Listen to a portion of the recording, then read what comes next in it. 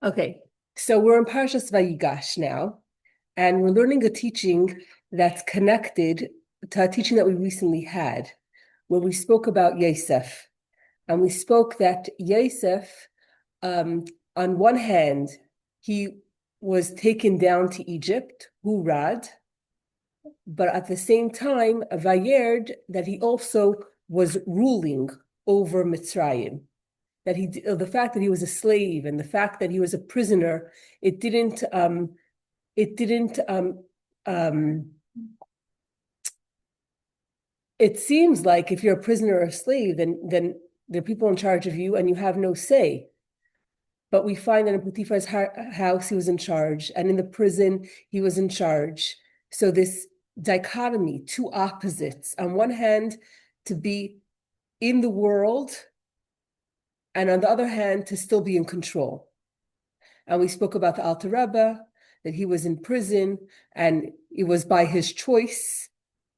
He allowed himself to be imprisoned because he knew that the result would be that he'd be able to spread more chassidus after. So on one hand, he's being interrogated and treated horribly. On the other hand, he didn't let them be in control. He was in control the entire time. So that's what we learned previously. And here we're going to take this theme of Yosef and we're going to take it a little bit of a different direction, and we're going to expand on it. We're going to expand on it more and deeper, and ultimately we're going to learn that this concept of Yosef is something that is given as a gift by Yosef to every single one of us. It's not just something, okay, we could learn from him. We could learn from the Alter Rebbe. Yes, we're in the world, but still not to let the world control us. But rather, it's something that's in our DNA. It's something that's ingrained in us, and that every single one of us is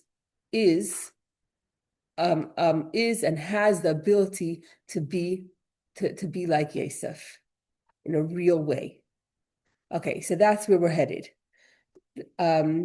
So the teaching starts off with a pasuk from Tehillim, and this is Kapitel Pei. And I was too little to remember.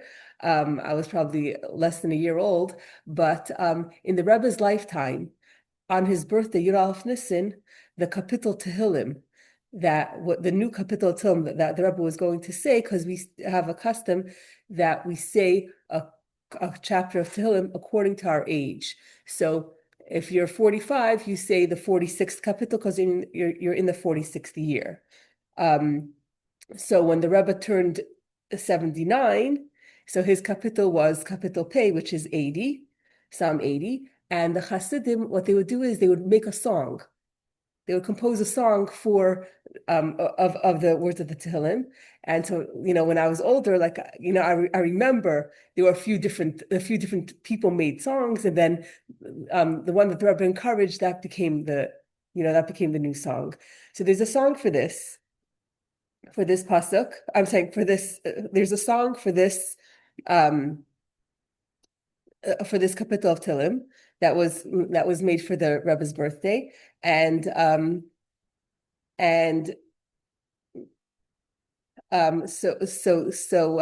it's a very familiar tune in Chabad, and it goes like this: Raye Yisrael Hazina Nahe Katzain Katzain Yosef Yeshev Hakruvim Haifia Haifia. And then it goes, Hashem Alekim Tzivakais. Okay.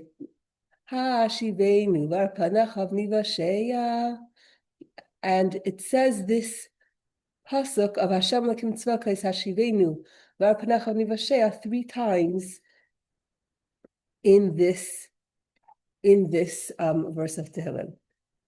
So that's our starting point. So just to translate what it is Raya Yisrael Hazina, the Hashem, who is the shepherd of the Yidden, Hazina, please listen. Noheg Katzain Yosef, the one who leads the flock of Yosef, Yeshiv HaKruvim, who also dwells between the Kruvim, Haifia, appear. We're asking Hashem, who is the shepherd of Yisroel, and who is also the one who leads the flock of Yosef. Oh, so we ask the shepherd of Yisrael will listen, and or hear, and the one who dwells. I'm sorry. Yeah, 1 second. And the one who leads the descendants of Yosef, the one who leads the flock of Yosef, he should appear. This is a request that the Yidden are making of Hashem. And then later on in the pasuk, we're saying, God, master of all creations, return us to your ways, show us your shining countenance, and we will be saved. These are the psukim that we're going to be talking about today. Okay. So there is a short poem. Okay, here it is. On the pasuk, shepherd of Israel, give ear. He who leads Yosef like a flock appear. Rashi explains that all of Israel is called by Yosef's name, because during the days of famine, his family he did sustain. So when we're saying, Raya Yisrael Hazina, the shepherd of Israel, listen, Nehi Katzain Yosef, the one who leads the flock of Yosef, should appear. We're not talking about Yosef as an individual, but rather all the Jewish people, just like we're called Yisrael, Bnei Yisrael, Am Yisrael, that were also called Yosef. So it's referring to all the Yidden. And actually, just like when you pray, you go from lower to higher.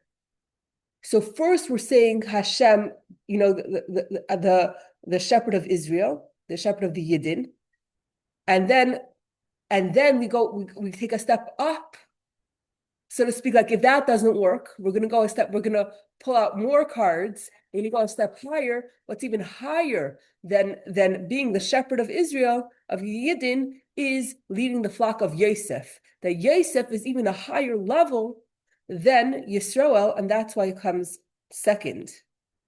Would not have expected it, because Yaakov is one of the others. Right. That's right. So Yosef is going to take everything that Yaakov has to offer one step further, and therefore there's an advantage of Yosef even over Yaakov. So every single one of us, whatever our name might be, Chani, Bela, sorry, it doesn't matter. Whatever our name is, our name is Yosef also. And why is this? Because when the Yidden were in Mitzrayim, when the Yidden came down to Mitzrayim, so actually, there were 7 years of hunger, right? That's what the dream said. But what happened was, once Yaakov came down to Mitzrayim, the hunger stopped. So really, there were just 2 years of hunger. When the hunger started, the Yidden, Yaakov and his children, they still had some food, but then their food ran out. So they went down to Mitzrayim one time. And that's when Yosef said, bring back your brother Binyamin. So one time they went down and they got food. Yosef provided them with food one time. And then when that food ran out, they went down again. And this time they had no choice, and they had to take Binyamin with them because there was no food. So twice they went down before Yaakov came down, and Yosef sustained them. And then what happened was Yaakov came down and the famine stopped. When Yaakov passed away, the famine continued for another 5 years. And during those 5 years, Yosef sustained the entire family. His brothers, their children, the nieces, the nephews, everybody. such a rich chunk. And it was so it was so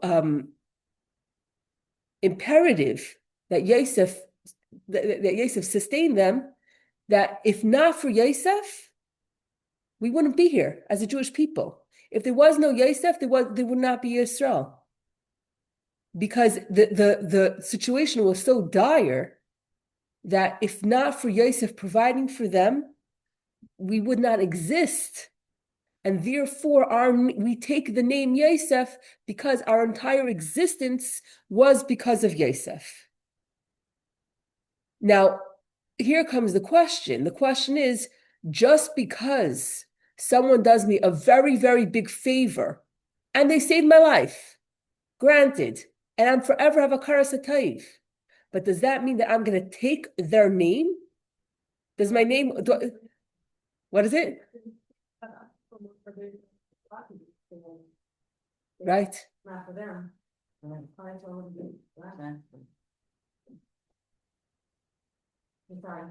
No, excellent question. But here, in the most physical sense, we would not exist because he literally sustained he literally sustained the Yidden.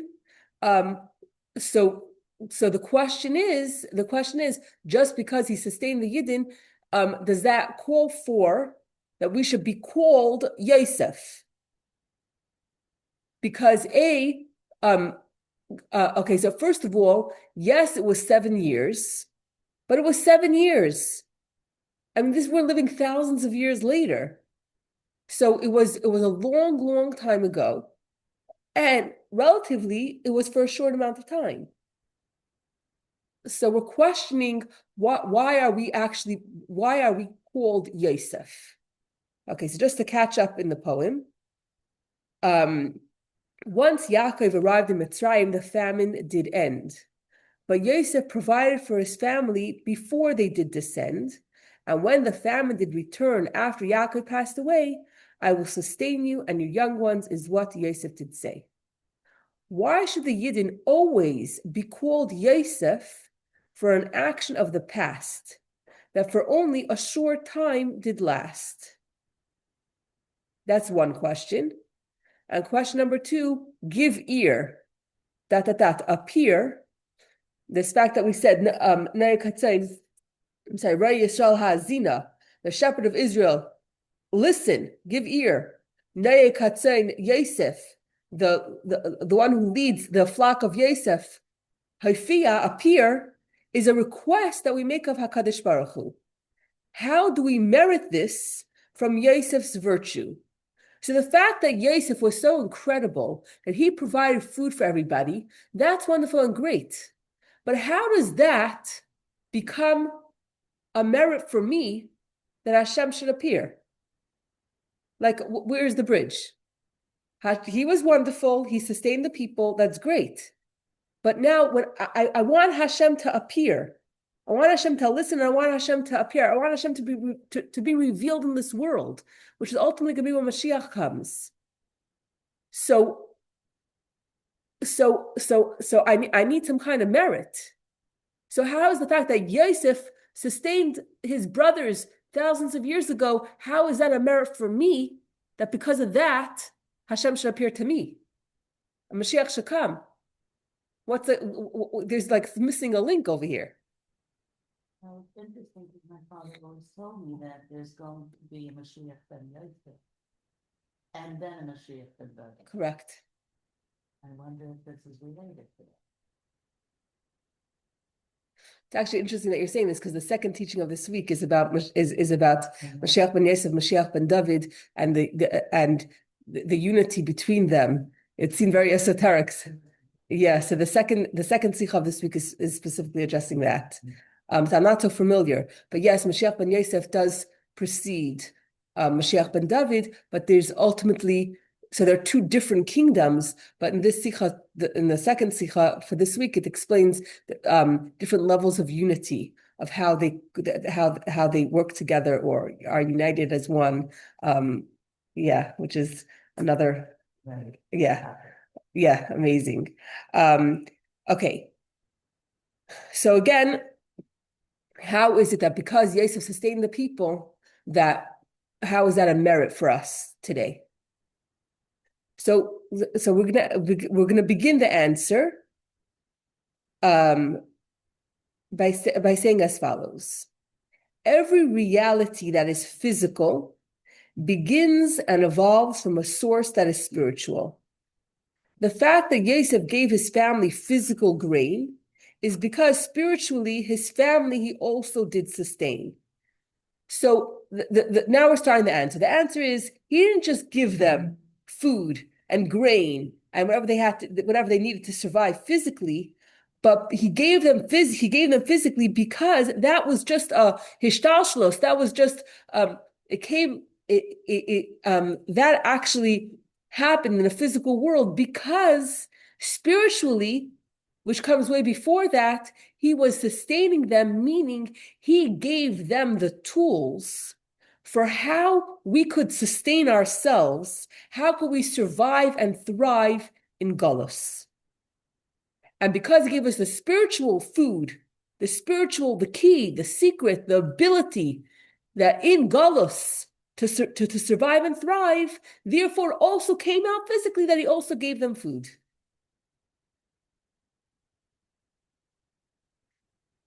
And everything that's in this physical world comes from the reason why it's perceived in this world this way is because spiritually it is that way. So I was just thinking about it for a lot, I was just thinking about how this plays out in our practical life, because as mothers, we're sustaining all day, every day, our family, from morning to night. That's all we're doing. And so the fact that I'm just saying very practically that we're busy sustaining everyone, and if we're doing it physically, we have to realize that it's because our mission is to spiritually sustain all the little people and big people in our life. And as I could just reflect on the past few days, the most simple, mundane things for us to realize that yes, we're sustaining our family physically, but in every opportunity that we sustain our family physically, there's something spiritual. There's a way that we could sustain our family spiritually as well. And the most basic thing, driving label to school. Okay, so I'm taking care of him. I'm getting him to where he could, to where he could be and play and have a good time. As a mother, I'm providing for his needs. But on the way, I'm singing to him the 12 psukim every day. And as soon as I'm finished, ma again. So I'm saying you're taking an opportunity where you're physically doing something for your child and using it because really what your tafkid is to sustain them spiritually. And the fact that you're singing it to him every day a few times, he already knows some of the words. It's because you're sustaining him spiritually. That's really the fact that you're sustaining him physically is because your mission is to sustain him spiritually. So yesterday was Tuesday, would have been a perfect day for a class. Usually I'm available on Tuesday.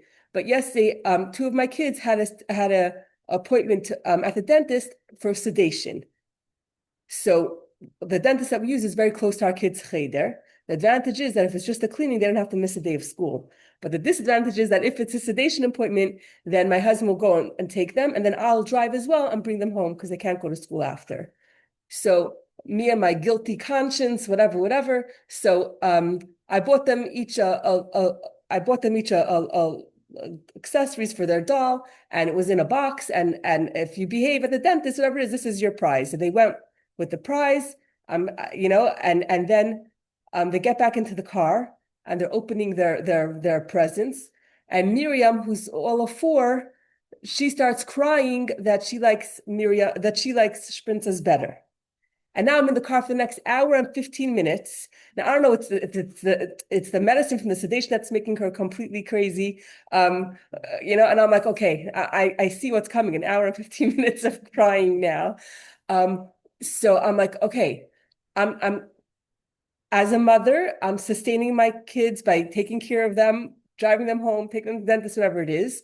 But there's an opportunity here for sustaining my kids spiritually. So there's one is 4 years old and one is 6 years old. After 10 minutes of crying, I turned to Sprinza and I said, Sprinza, I don't even know what to do. I said, Sprinza, would you consider switching presents with her?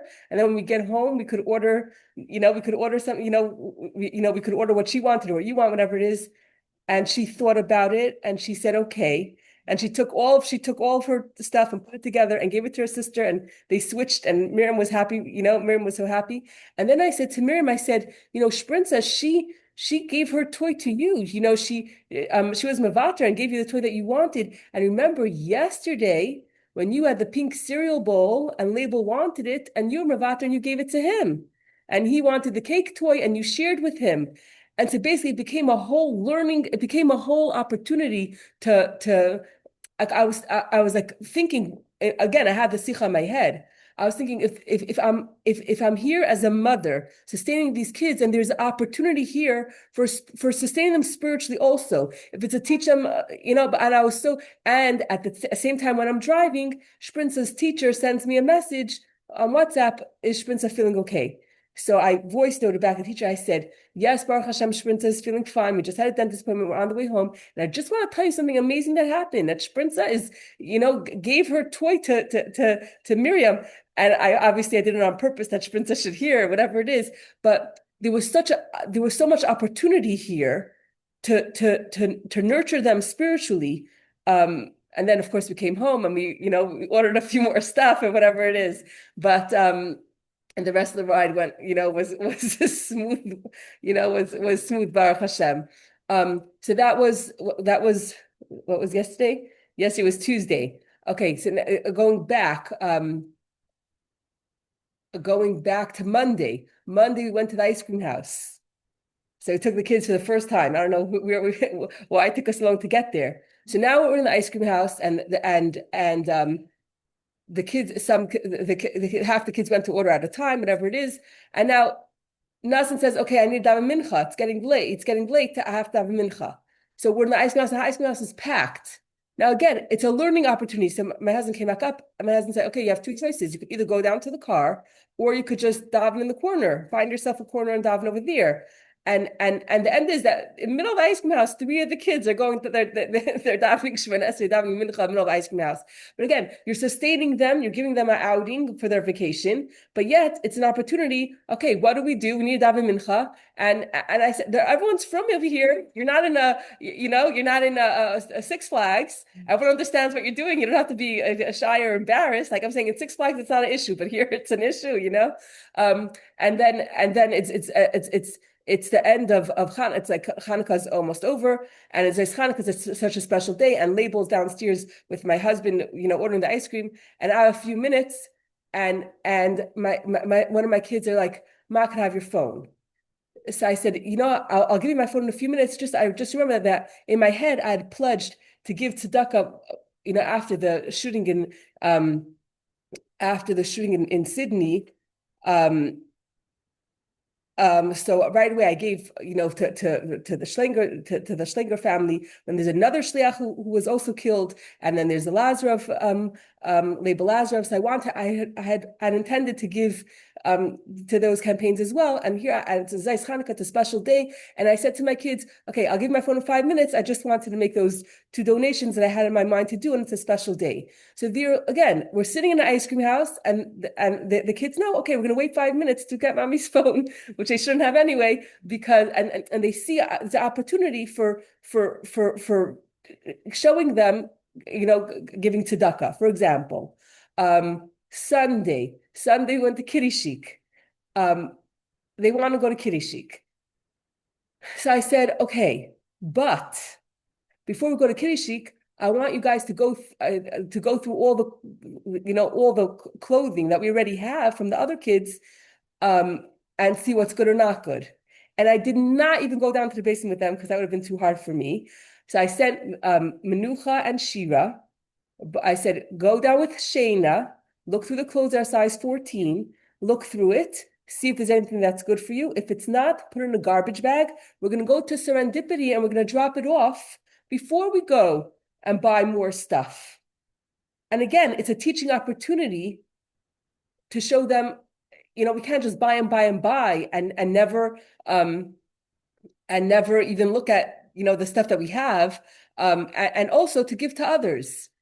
So in every encounter, in every urban year, went to urban year on Thursday. So my husband went first with the kids. I went to pick up label, and then I went to met them in urban year. I come to urban year. My husband says, "Oh, Han, do you like my office?" He's sitting by the table with his project, with his Likkutei Sichos and his hat and jacket. He made himself an office, sitting and learning while the kids are jumping. So the kids know we're jumping, and Tati's learning. And then, of course, like I come there, and I saw someone who I knew from Baby Chino. She says, "Are you doing Baby Chino?" I said, "No, I'm giving classes." I was talking to her for at least half an hour about Tanya and Likkutei Sichos and who knows what. I'm saying in every single, and you're going to urban area, you're going to these places, whatever it is, because you're whether the kids do need the clothes or they don't need the clothes, it's debatable, whatever it is. But I'm saying in whatever everything that we're doing to sustain our children, whether it be to give them a good time on vacation, or whether it be anything, every single thing, every supper, every breakfast, every lunch, everything that we're doing for them, there's something spiritual here. There's a lesson here. There's spiritual nurturing and sustaining our children, and that's why. That's the source. And the fact that they're actually eating chicken and potatoes, that's just a result of the fact that our mission is to nourish them spiritually. Okay. So, that was just, I was just showing the most basic, simple examples in our day-to-day life, that every single thing is an opportunity for spiritual sustaining and nourishment as well. Okay. So Yosef gifted the Yidden with the characteristics that are necessary to endure the Babylonian, Greek, and Roman exiles successfully.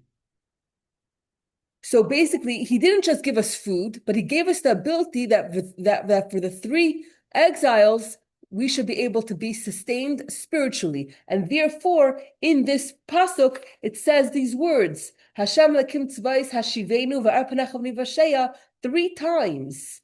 Because each one is referring to another galus that Yosef helped us survive and thrive in that galus. And the words again mean, God, master of all creations, return us to your ways. Show us your shining countenance, and we will be saved. In three instances of in 3 time periods of galus, we were saved, and we were saved, and we survived, and we thrived because of Yosef gave us the power to survive and to be sustained and in galus. He planted this gift within our structure, DNA and psyche, like planting a tree whose roots become embedded in the soil permanently. It's not just something we can learn from him. It's not just something, outside of us, but it's something that he planted it inside of us. He embedded it inside of us. It's part of our DNA. For every single Jew, it's a gift. It's an inheritance that we actually, it's our deepest core. It's part of our identity. It's part of our essence, the ability to survive in galus. Okay. Sorry. Okay, we get this gift from Yosef specifically because he lived under foreign authority. Whether he was a slave, prisoner, or even the prime minister, he remained completely attached to Hashem despite all the pressure. So we see with Yosef, as we learned in last Sicha, he was a slave, he was a prisoner, and he was even the prime minister. But throughout, there was always a boss on top of him. Potiphar was his boss. The prison warden was his boss. And even when he was in control at the end, when he was the Mishnah Lamelech, still and no one could move their hand or feet without him, still all the money went to Paro's treasury. Paro said, the only thing that's above you is my throne. He was still Paro's man. He was still working for Paro. So on one hand, he was completely enmeshed in this world, and there was always he always had authority over him, even when he was Mishnah Melech. But at the same time, he did not compromise his dveikus, his attachment, his closeness to Hashem. And that's why when we're in Golus and we have people ruling over us and we're not in charge, we're still able to be completely and totally unified and one with Hashem and completely attached to Hashem. Where do we get this ability? This is from Yosef. The other brothers didn't have this power. Their oneness with Hashem depended on being isolated at every hour. Therefore, shepherding was their occupation. They lived in Goshen, separate from the Egyptian population. So this is something unique to Yosef. Only Yosef was able to be enmeshed in the world and still that it should not affect his dveikus. How is this different than the Avos, and how is this different than the Shvatim? The Avos, they never landed. They never landed on this earth.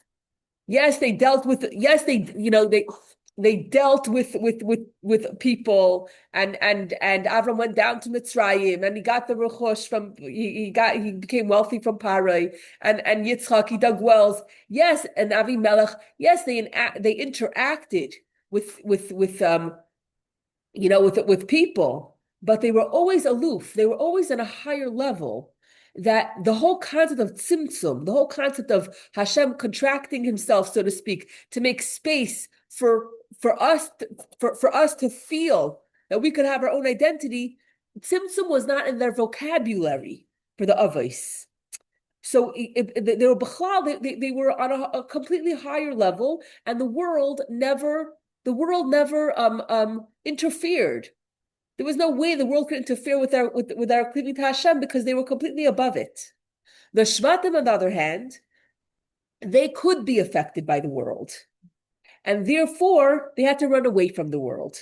Therefore, they had to be shepherds. They had to separate themselves from the world. Be in Goshen, be shepherds, and because the world could affect their dveikus. So that was their approach. Run away from the world. And Yosef is the only one that says, no, you can live in the world, you don't have to run away, and in this world, reveal that Hashem is one. That's Yosef.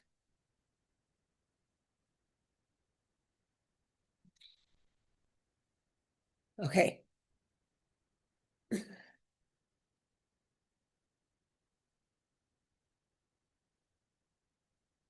Yosef's tool was the special quality that he got from his father, which is the quality of emes, which makes things forever endure. Okay, what is Yosef's secret? What is Yosef's power that nobody else has? And that is the concept of emes, truth. What is truth? What is emes? Emes is Aleph, Mem, Saf. The Aleph is the first letter of the Aleph base. Mem is the middle. Saf is the end. Emes means that no matter what the circumstance is, nothing is going to change. It's true throughout. That's what emes means. Sometimes a person could say, listen, if I'm in a good environment, if I'm at a farbrengen, together with other people, with other Hasidim, and then I'm inspired.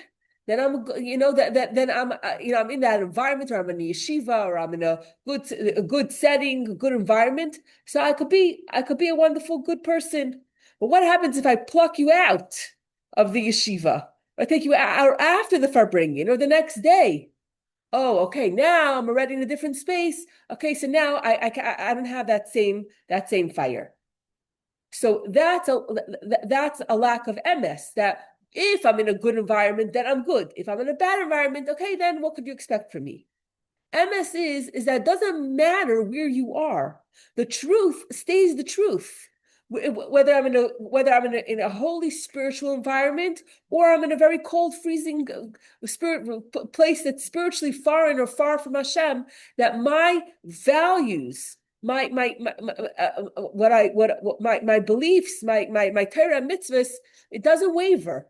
Nothing changes. It's the same. That's what MS is. Now let's take it a step.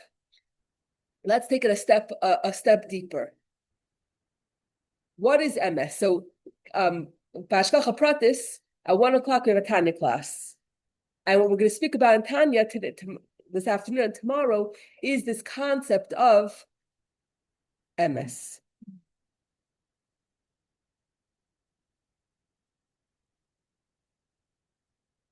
Every single one of us has a neshama that we inherited from the Avos. And in our neshama, the highest, the most, the highest level, the deepest part of our neshama is what we call chachma shebenefesh, the chachma of our neshama. And chachma, we translate it as wisdom. But we explain in Tanya that chachma is above understanding. We say a Talmud Chacham. We're using chachma as someone who learns a lot. He's a Talmud Chacham. But the truth is that the reason why he's called a Talmud Chacham is not because of his knowledge. Knowledge only begins in Bina. The reason why it's called a Talmud Chacham is because a Chacham, someone who has Chachma, is someone who has bittul, or someone who has humility. Chachma is the source of understanding, but it's a way above logic. Chachma is the place of emuna. And emuna, we translate it as faith. But faith is not a good translation. I'm sorry, we translate emuna as belief. Faith would be better. But belief is really not a good translation for emuna. If I ask you, where is that shop? And you're not sure. So you say, oh, I believe it's on Clifton Avenue. I believe means I'm not sure. I know is stronger than I believe. But the thing is, so that's why it's not a good translation. Emuna, what is emuna? What is emuna? Emuna is that I believe with certainty. Not that I'm not sure. Emuna is from the word amen. What does amen mean? Amen means yes, it's true. Emuna means that my connection to Hashem, the place of chachma of my soul is a place of emes, is a place where it doesn't matter. Nothing matters. That emuna is steady, no matter what, no matter where, no matter who, no matter why. That's constant.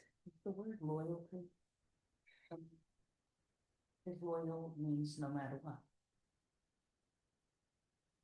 Okay? No matter what. That's exactly the point. That's exactly the point. So MS means truth that does not change. It's not subject to change. And therefore, I can have a million questions. But my emunah is steadfast. Why? Because the emunah and chachma are on the same, are on that level that's above understanding. And that is not subject to change. And therefore, it doesn't matter where Yosef is. It doesn't matter if he's a slave. Doesn't matter if he's a prisoner. Doesn't matter if he's a Mishnah Malach. Doesn't matter whatever. And he was under pressure. He wasn't sitting in an ivory tower and delegating stuff for other people to do. He was enmeshed in every single. He was enmeshed in every single aspect. He was working very, very hard. And yet, Mitzrayim and everything around him did not affect his dveikus, did not affect his emunah, did not affect his truth. And that's the gift that Yosef gives to us.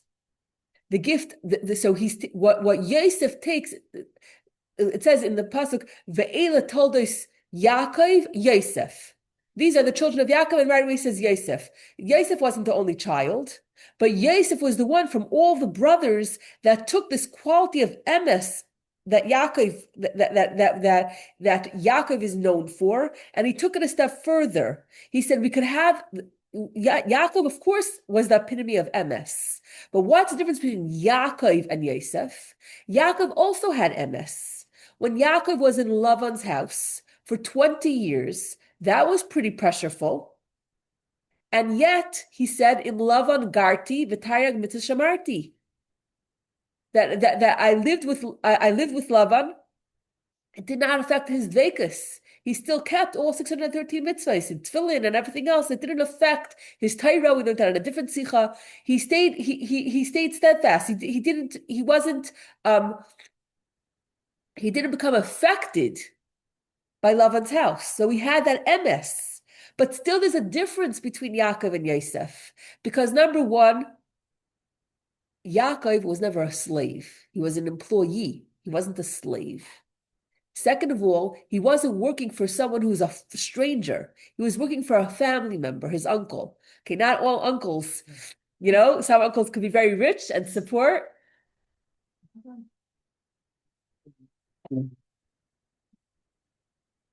But at the end of the day, you can't compare Lavan to Parai. And number three, he was still a shepherd. At the end of the day, he was still a shepherd. Yosef takes Yaakov's emes and goes a step further.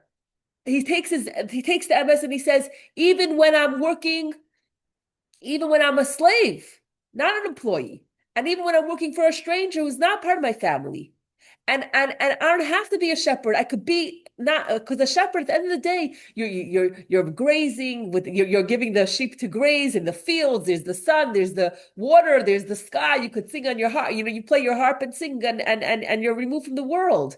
But no, when you're in the pressure cooker of the world, he takes the emes of Yaakov and he brings it a step further, even into the world, and he's the one that gives us the ability that when we're in this world, and maybe we're slaves and maybe we're prisoners, wherever we are, the emes doesn't change, the dveikus doesn't change. We're not affected.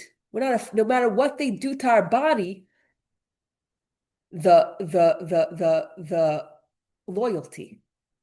The loyalty stays.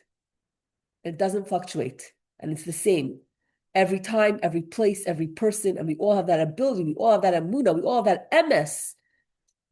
The amen. Yes, it's true. This is the emunah is amen, which is truth. And this is the key. This is how. How are we able to survive and thrive in Galus? It's because of the emunah. It's because of the truth that's above logic, that shines in the deepest part of our neshama. And we're going to say this in the Tanya class, and it's incredible that it's also, when I read the pasuk at this, sitting here, it was so incredible. It says, what does it say? Roya Yisrael ha'azina. Ha'azina means to listen. Naye katzen yesif yeshiv ru'akum ha'ifia means to appear. One is to hear, and one is to see. And chachma, which is the level of emunah, that is compared to seeing, and bina is compared to hearing. Because our neshama sees Getlachkeit, sees the truth. And seeing cannot be compared to hearing. Hearing is when I process. A person could talk, and every person, 10 people, each one could hear something else. Hearing is my work. Seeing is when something is revealed to you. And once you see it, there's no doubt and there's no questions. So because the neshama sees Getlachkeit and sees the truth, therefore nothing can move it. Once I see something, you can't prove it wrong. If I understand something if I understand something, it's level of hearing. I can understand something today. It could make sense to me today, and tomorrow you could disprove it. But once I saw something, nothing. You can't change that. Once an neshama sees Gedlichkeit, no matter what you say, no matter what you do, it's irrelevant. I saw it already. I saw it already, and nothing could change. Nothing could change what I saw. Seeing is so much more powerful than hearing. If I go to an art museum, how long does it take me to see this painting? I could look at it for 5 minutes. I could see the texture. I could see all the details. I could see everything about it. But now try to describe it to someone. That would take a long time, much longer to describe something than to see it. So the neshama, we have a neshama, which has the deep, which we inherited from the Avis, which has chachma. The deepest part of the neshama is chachma. And over there, that's a level of amuna. That's a level of amuna. It comes from the word amen, which what happened in the olden days when the Yidden weren't able to read. The Chazan would daven, and the Yidden would just say amen, amen, amen. Everything the Chazan is saying, it's true, it's true, it's true. The amen means that it's true. So amuna is amen is truth, which is the level of chachma, and at that level where the neshama sees the truth, it doesn't matter where you are. It doesn't matter your circumstance. It doesn't matter the environment. A Yid is loyal to the Eibishter. And so Yosef took that emes of Yaakov, and he said you could have this, you could thrive even in Galus. Why? Because at the core, you have the chachma, you have the amuna, you have the truth, and therefore nothing could touch it. Okay, that was a preview of the Tanya class. But it's amazing how it connects. That it's the hearing and the seeing. It's exactly what end of chapter 18 of Tanya. Okay. Yosef's tool was a special quality that he got from his father, which is the quality of emes, which makes things forever endure. Although Yaakov worked for Lavan for 20 years with dedication, he kept all the mitzvahs, and with Hashem, he retained his connection. But at the end of the day, Yaakov was never a slave. He was an employee. And Lavan wasn't a stranger. He was a member of his family. And to be a shepherd was his occupation. Between Yaakov and the world, naturally there was a separation. Yaakov was above the world. But Yosef went a step further. From the world he didn't run. He transformed the world and showed that Hashem is the only one. Since we are named Yosef too, what Yosef did, every Jew can do. So he's not running away from the world. You see, when you're talking emes, then find the emes in this world also. It's not that Hashem is somewhere way up high in the sky. When you get to the bottom of emes is what's emes? The thing that's most emes is the Eibishter. So if that's emes, then emes has to be eternal and forever and everywhere. There is no place where there is no Hashem. So rather than run away from the world, reveal the oneness of Hashem in this world. Transform this world. So in the previous teaching, we said, okay, you could be Hurad, you could be down in Mitzrayim, and still it doesn't affect you. Still, you're Vayer, you're in control. Two opposites. We're not. So here, it's not that there's two opposites that are. Here, it's more than just okay. Let's living with two opposites at the same time. Here, you're transforming the world, and you're showing the emes. You're showing the Gedlichkeit inside the world. And why is that so? Why is that so special and important? Because once I transform the world, then there can never be a galus again. So long as until this world is transformed, you always have the possibility of falling back. But once the world is transformed, once Eibishter is revealed in this world, there's no going back. That's when Mashiach is here forever. So we need this avodah of transforming. To run away is not going to get us. Is not going to get us a everlasting redemption. It's only going to be from Taka being in the world, and if the emes once you're touching emes is everywhere. It's in this world. The emes of this world, the truth of this world. You see a tree. You see a tree, but what's behind it? What's the emes of the tree? The emes of the tree is the chayes eliki that's keeping it in existence. So you have to reveal the emes, the emes, the agetlichkeit, the godliness in every single thing. That's Vayidav Yosef, and we are called Yosef, which means that it's our job. It's our job in every physical act of nourishing and sustaining and living, in every single act to reveal the emes, to reveal the spirituality, to reveal to use it as a spiritual, as a moment to sustain the world spiritually, to sustain our children spiritually, to reveal the emes of this world, not just Hashem is, Hashem is one up there. No, Hashem is one down here. This is Yosef. This was what Yosef accomplished. We will continue to shine our light without fear. Shema Yisrael, even without closing our eyes, we proudly declare. So let me just explain this. When Yosef and Yaakov finally meet, what happens? Yosef is crying on the shoulders of Yaakov. What's Yaakov doing? He's saying Shema Yisrael, Shema Yisrael, Hashem Elokeinu, Hashem Echad. So we can explain that such a beautiful thing. Thank you so much for coming. Bye, Maishi. Okay. So Yaakov was doing such a special thing. He was taking this moment. He could have just given his son a kiss, but he was taking this moment. He was making the kiss to be eternal by connecting his love for his son to the deepest love. And so it was an incredible thing that Yaakov did. But Yosef didn't need to close his eyes to say Shema Yisrael. Yaakov had to close his eyes. Yosef could say Shema Yisrael without closing his eyes, without hiding from the world. Yosef was in this world, enmeshed in this world, and at the same time, Einad Movada, there's nothing other than Hashem. There's no other existence other than Hashem. That's Yosef.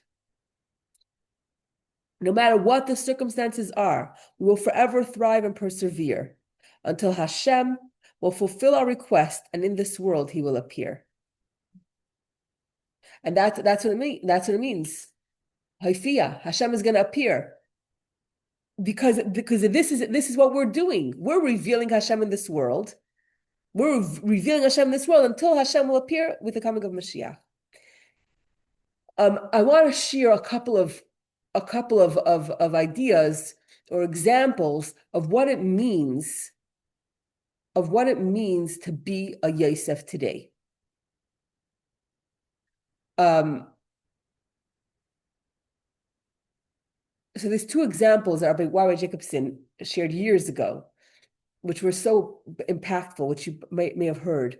One, to be a Yosef, to sustain physically, to sustain spiritually, and it could be something so small that can go a small act that can go such a long way. What's the story with Yosef? Yosef was in prison, and he saw two people, and he said, "Madua pneichem ra'im hayim." Why are you so melancholy? And then they told him that they had dreams, and he interpreted their dreams, and he wasn't supposed to rely on the butler to get him out, but ultimately, that's how the butler eventually. Okay, so it was a mistake to rely on the butler to get him out. But 2 years later, when Pari had his dream, the butler remembered that Yosef had interpreted his dream, and that's how he got out. And that was all because he saw someone that his face was down, and he stopped and he sustained him. How are you? How can I help you? It could be a smile. It could be whatever it is. That when sometimes we could wake up in the morning and we could think, why should I get out of bed today? And the answer is, we get out of bed because it's our job to be a Yosef, to sustain and to sustain ourselves, to sustain our spouse, to sustain our children, to sustain our community, to sustain our neighbors, What can I do today to make someone's day, to give someone a lift, to give them food, physically, spiritually? That's our job, to be a Yosef. And to take the time and say, how are you today? Why do you look so sad? And just saying, why do you look so sad? That's what ultimately that led to Yosef himself being taken out of a prison. And in the same talk, Rabbi Ywa Jacobson speaks about Batya. She went to the water to bathe, or some say she went to the mikvah to get rid of her the idol worship. She wants to convert, whatever it is, and she sees a baby. She hears a baby crying in the basket. And what does she do? She couldn't reach the baby. She couldn't reach the baby. It was too far. But she took her arm and she stretched out her arm. And then her arm extended, the Medrash says, and she was able to reach the baby. Sometimes all it takes is do your part. I can't fix the whole world, but do something. Stretch out your hand. Do something to save the baby. Do something. Do your part. And then Hashem did the rest. And that's how we have Moshe Rabbeinu. Because she cared enough. She cared enough to stretch out her hand. And going to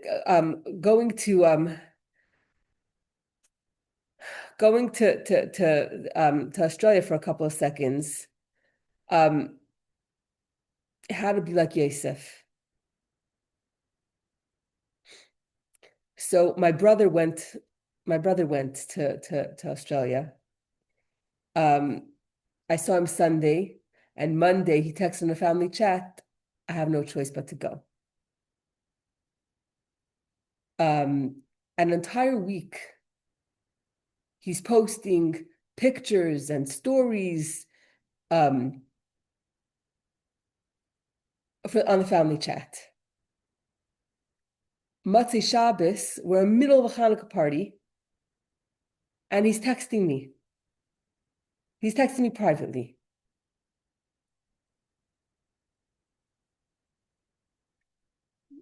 And here you're ready. He's heading back. This is Levi. Now he's writing he's sending me texts, and each one is its own separate text. It's not like a one long text. Heading back. It's been a week. The pain seems to be getting bigger and bigger every day. Unbearable. I've been crying uncontrollably for 7 days. Sudden outbursts. How will I face my kids and students? I feel so connected to the community in Sydney. Everyone randomly bursts out crying and everyone else gets it. And hugs. But in New York, no one will get me. I have a massive physical hole in my heart. So what's my response to him? So I wrote to him, you're beyond amazing for going. I wish I knew what to say, but there are no words. The only thing to do is to channel the pain with your family and students into learning more and doing more mitzvahs to bring Mashiach now. Our relationship with Hashem is above logic, ... Send you all my love and a million hugs. And then he writes, thank you. The point is that what's our response? What's our response? Because we have the emunah, it doesn't matter what the situation is. It doesn't matter what the situation is. It could be the most horrible terror attack, the most horrible circumstances. And yet, what do we say? Take your pain and channel it and learn more Torah and do more mitzvahs. Because the emes is the emes. The emes doesn't change. The emes doesn't change no matter what. No matter what, no matter if we're in pain, the emes is the same. And as tragic and horrible as it is, the truth is the truth. So even if the circumstance is so brutal, and we're in the last seconds of such a dark gullus, but still we're able not just to survive, we're able to thrive. And the lines he describes of people online waiting to put on tefillin in Bondi Beach. Send pictures of the menorah with flowers all around, and the spiritual awakening. It makes no sense. It makes no sense. How? What is it? When he sees all this, but I'm sure he still feels the pain of his family also. It's crazy. It's crazy. But how are we supposed to survive? How are we supposed to what is this to do? The pain is so raw and so real, and how do we wake up the next day? How do we survive and thrive in Gullus in such a painful situation? And this is what it means to be a Yosef. This is what it means to be a Yosef, is that in the darkness and in the pain, that you're still able to be a Yosef, and you're still able to sustain. And Levi, he wrote it in the family chat. Also, he writes and writes and writes. He wrote that he took upon himself a achlata, that he's going to learn with Rabbi Schlenger's son Nassim twice a week. He's in New York, and Nassim Schlenger is in Australia. He took upon himself to learn with him twice a week. That's what it means to sustain. That yes, you're in Galus, and yes, the pain is unbearable. And Levi, he writes that Rabbi Schlenger's wife told him, he said that she made a deal with her husband. He would travel a lot. He would travel a lot. She said to him, the deal is that you could only be away for 10 days. So she said he has 10 days to get back. 10 days for Mashiach to come. He can't be gone for more than 10 days. But this is what it means. Yes, the pain is so real and so deep, and yet you could still be a Yosef. You could still sustain. You could still sustain. Why? Because MS doesn't change. We go to a place of MS, and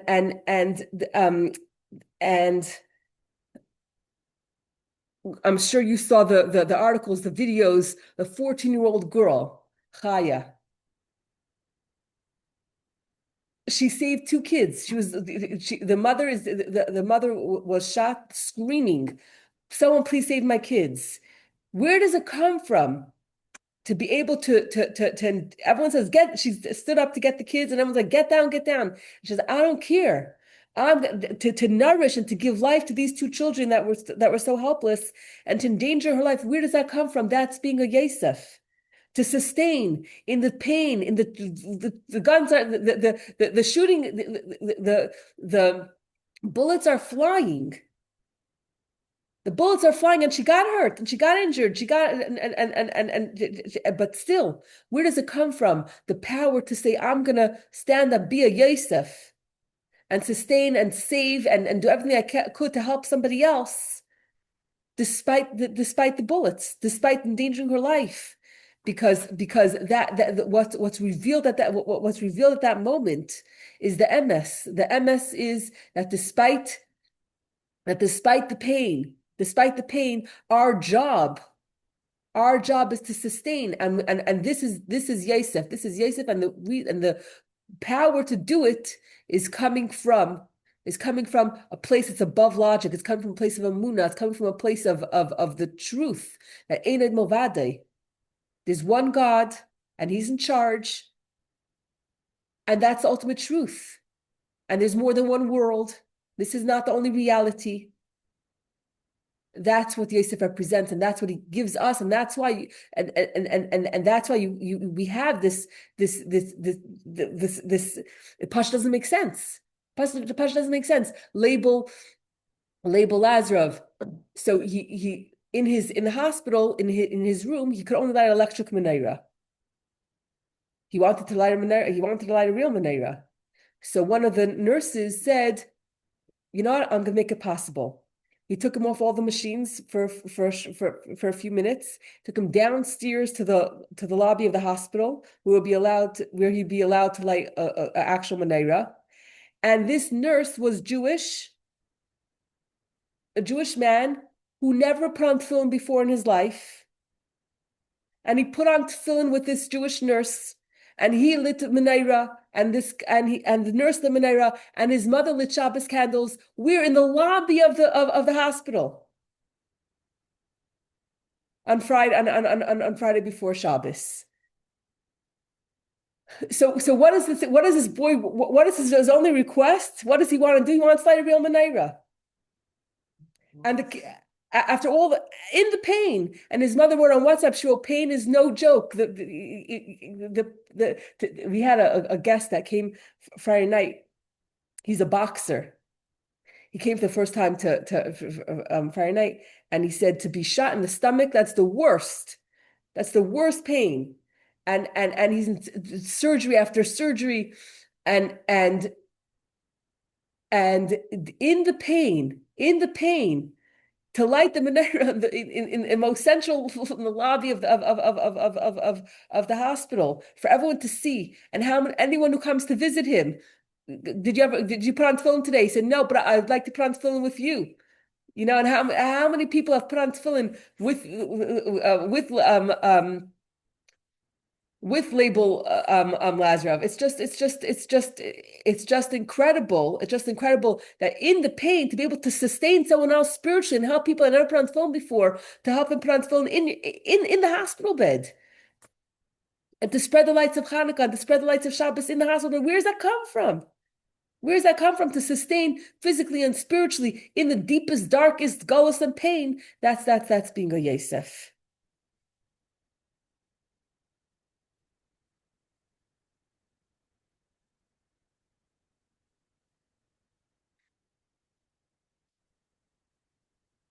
And how did Label get hurt, get shot? Because he ran to help a police officer who got shot.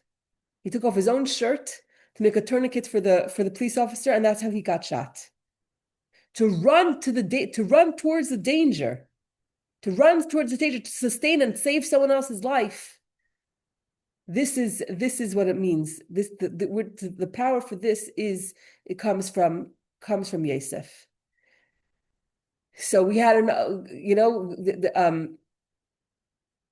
we had enough is enough. Yeah. And we're ready for Mashiach. Mashiach is long overdue. We've demonstrated Yosef to be a Yosef time and time again. And now it's time. Now it's time. We are Yosef. We act like Yosef. Yosef is our name. We have Yosef's kayach. But now it's time for Noye Katzan Yosef, Hashem, who leads the flock of Yosef, Haifia, to appear. We are revealing the oneness of Hashem. Einad Movadai. We're revealing Einad Movadai in the terror, in the pain. And we're revealing Hashem, and now it's time for Hashem, Haifia, for Hashem to appear with a complete geula, where Hashem is, where the whole entire world is going to recognize, the whole entire world will recognize and see Ein al Mavadeh. That won't just be something in the Chachma Bar Neshama, but rather will be apparent for the entire world that Ein al Mavadeh. There's nothing other than Hashem. There's nothing other than Hashem, and that is the deepest truth, the deepest emes, which Yosef takes from Yaakov, and takes the emes of Yaakov and says it's not enough. It's not enough to have the emes of Yaakov as a shepherd or in Lavan's house, but rather that even in Mitzrayim we could take the emes, we could reveal the oneness, we could reveal the truth in Galus. And that's why we say, Alakim tzvakos hashivenu, Hashem, it's time. It's time that you should return us to your ways, return us to the Beis Hamikdash, return us to Yerushalayim, v'ar panecha, shine your countenance, nivashea, and save us for eternity with the Gula Mitzvah Shlema. Yeah, okay. Wow. Yes. So, you learn something on something, was it something different? 100%. Thank you. Pleasure, Baruch Hashem.